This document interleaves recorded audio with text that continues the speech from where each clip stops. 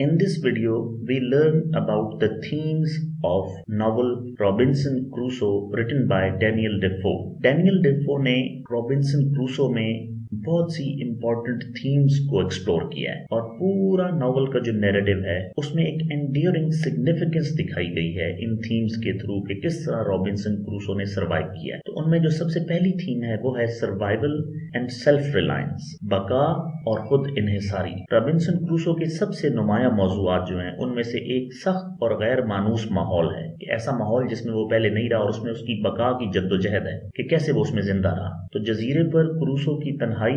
और जब उसने उसमें अपनी ज़रूरियात को पूरा किया और अपनी तन्हाई में अपनी ज़रूरियात पर काबू पाने के लिए उसने अपनी जहानत और जो वसाइल और जो उसकी इस्तकामत थी, जो उसकी रिजिलियंस थी, उस पे इन्हिसार किया और ये उसकी मजबूरी बन गई थी। तो उसमें जो वो जजीरे पर उतरा और फौरी तौर पर उसको खुराक और एक पनाह, एक घर की और जो डिफरेंट किस्म के हॉस्टाइल एलिमेंट थे वहां पे, उनसे बचने के लिए, तहफ़्फ़ुज़ हासिल करने के लिए उसकी जितनी कोशिश की उसमें हमें बका और खुद इन्हिसारी, रिजिलियंस और सेल्फ रिलायंस नजर आती है। फिर वो शिकार सीखता है, मछली पकड़ना सीखता है, खेती बाड़ी सीखता है, फिर आहिस्ता आहिस्ता वो खुद कफील होता जाता है, यानी कि खुद पे इन्हिसार करना शुरू कर देता है और खुद को एक स्किल्ड मैन बना लेता है और माहौल के मुताबिक ढल जाता है। तो इससे भी उसकी रिजिलियंस और सेल्फ रिलायंस पता लगती है। और क्रूसो जो टूल्स बनाता है, फिर वो जो अपने लिए शेल्टर बनाता है और अपनी जो डिफरेंट अदर नीड्स हैं, जो जरूरियात हैं, उनको पूरा करने के लिए जो कंस्ट्रक्शन का काम वो सीखता है, एग्रीकल्चर का काम वो सीखता है, तो उससे उसकी अमली महारत और जिंदा रहने का अज़म हमें नजर आता है। यानी कि इतनी मुश्किलों के बावजूद भी वो मरना नहीं चाहता, वो जिंदा रहना चाहता है। और उसने 15-16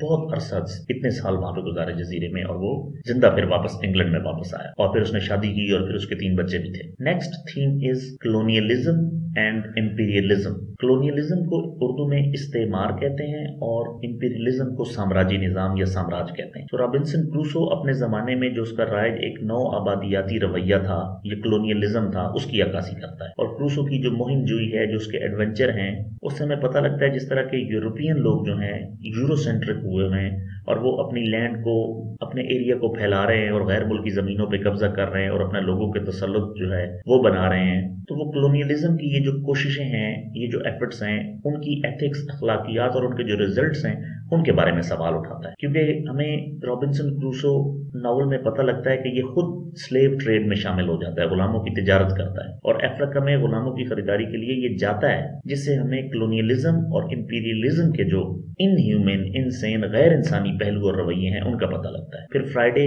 और जो दीगर मकामी लोग हैं उनके साथ मिलके एक यूरोसेंट्रिक हमें रवैया पता लगता है कि जो यूरोपियन लोग हैं ये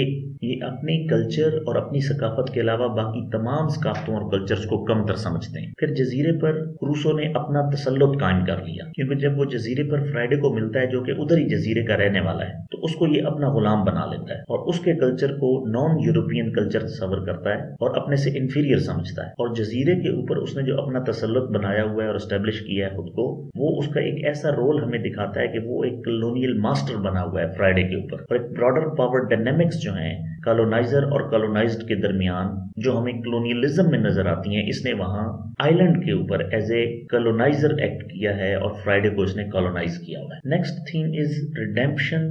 एंड स्पिरिचुअल ग्रोथ, निजात और रूहानी तरक्की। तो पूरी इस दास्तान के दौरान क्रूसो एक गहरी रूहानी और अखलाकी तब्दीली से भी गुजरता है, क्योंकि वो अकेला होता है जजीरे पे, तो वो जो तजर्बात करता है उससे उसको खुद शनासी पता लगती है, अपनी सेल्फ के बारे में इनसाइट उसको पता लगती है और वो माजी में जो उसने गलतियां की होती हैं उनसे तौबा करता है। और जजीरे पर जो तन्हाई है वो एक कैटलिस्ट के तौर पे एक्ट करती है और वो खुद शनासी के अमल से गुजरता है और फिर जितने भी उसने गुनाह किए हैं उनसे वो माफी का तलबगार होता है। अब उस जजीरे पे वो एक तहजीब की, एक कल्चर की एक झलक पैदा करना चाहता है और उसकी जो कोशिशें हैं जिसमें वो अपने मजहबी तरीकों को इस्तेमाल करता है और फिर वो जो फ्राइडे है उसको वो अपना स्लेव बना लेता है और फिर उसकी रिलीजियस एजुकेशन करता है और उसको प्रोटेस्टेंट में कन्वर्ट कर देता है। तो वो भी उसकी एक रोशन ख्याली और उसकी एक जुस्तजू को जाहिर करते हैं कि वो हारा नहीं है और वहां पर भी उसने अपनी कॉलोनियल प्रैक्टिस जो है उसको स्टार्ट किया हुआ है और अपनी एक डोमिनेंस बनाने की कोशिश कर रहा है। अब जिस तरह उसने फ्राइडे को बचाया है, फिर उसके बाद उसके साथ दोस्ती की है, उसके साथ हमदर्दी की है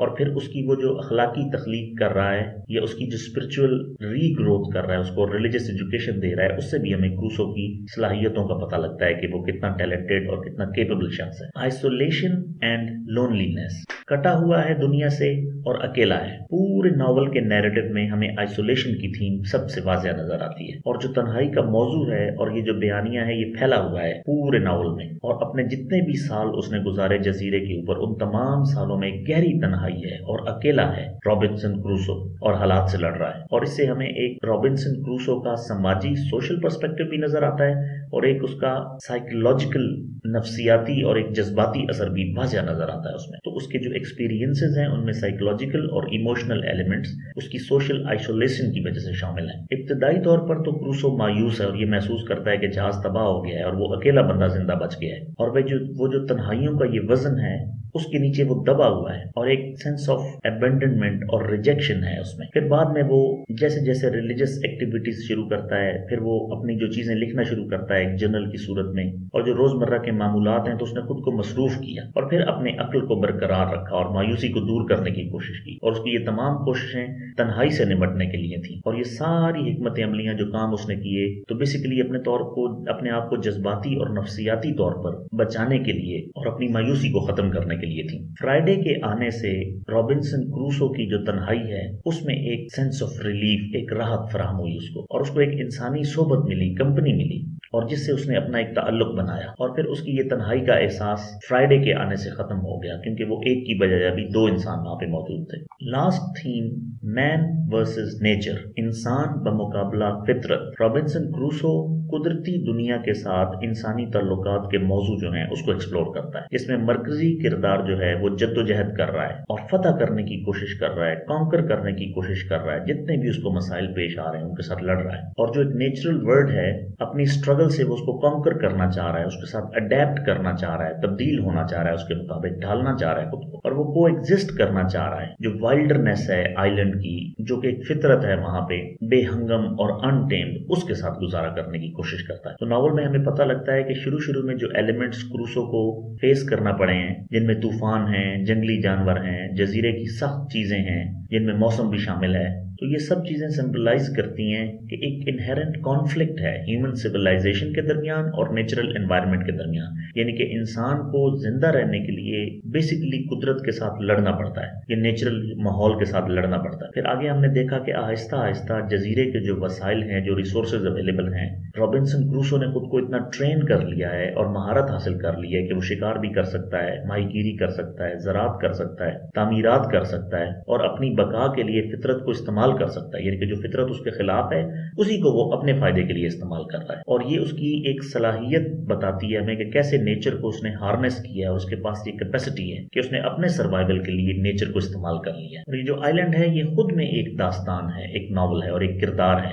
यानी कि एक हमारे पास कैरेक्टर रॉबिन्सन क्रूसो है और दूसरा कैरेक्टर हमारे पास वो आइलैंड इटसेल्फ है। तो उसके जो नाहमवार मनाजिर हैं और उसके ऊपर जो एक डिफरेंट किस्म का इकोसिस्टम और एक माहौलियाती निज़ाम है, जिससे रॉबिन्सन क्रूसो मुख्तलिफ किस्म के तजर्बात जो हैं वो करता है और अपने एक्सपीरियंसेस जो हैं नए वो बनाता है, जिसमें एक एलिमेंट ऑफ एडवेंचर है और पूरा एक मुसीबतों का परेशानियों का पस मंजर है, वो सब कुछ उसको उस आइलैंड से मिलता है। तो हम ये कह सकते हैं कि मैन वर्सेस नेचर में रॉबिन्सन क्रूसो अगर प्रोटैगनिस्ट है तो वो जो आइलैंड है वो एंटेगनिस्ट का एक्ट कर रहा है। तो रॉबिन्सन क्रूसो की थीम्स का ये एक ओवरव्यू था जिसमें हमने देखा survival and self reliance, colonialism and imperialism, redemption and spiritual growth, isolation and loneliness, and man versus nature, ये रॉबिन्सन क्रूसो नॉवल की मेजर थीम्स हैं। Thank you for listening, thank you very much.